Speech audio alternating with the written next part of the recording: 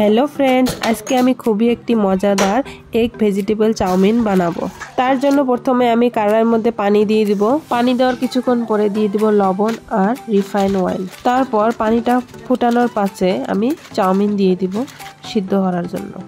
চাউমিনটা সিদ্ধ করার পাশাপাশি আমি আমার প্রয়োজনীয় যে সব ভেজিটেবল লাগবে সেগুলো আমি কেটে রেখে দিয়েছি। চাউমিনটা 70% সিদ্ধ হওয়ার পরে একটা আমি ঝুড়ির মধ্যে এটাকে সেকে নেব।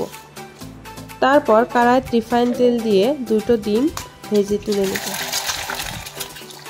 আর দিয়ে দিব ডিমের মধ্যে পরিমাণ মতো লবণ।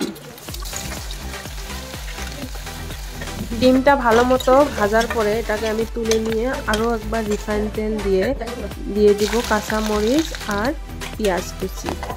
কিছুক্ষণ ভাজার পরে এক এক করে আমি সবগুলা সবজি দিব আর ভেজে নিব।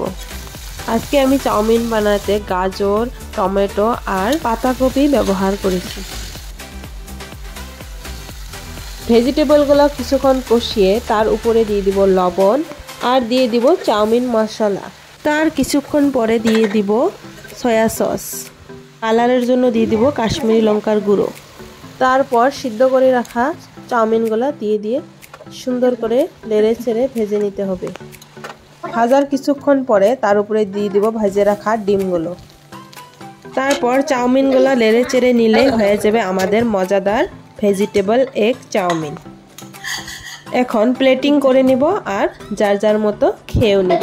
চাউমিনের এই সিম্পল রেসিপিটি খুবই সুন্দর আর টেস্টি ছিল। আপনারা অবশ্যই ট্রাই করতে পারেন। আল্লাহ হাফেজ।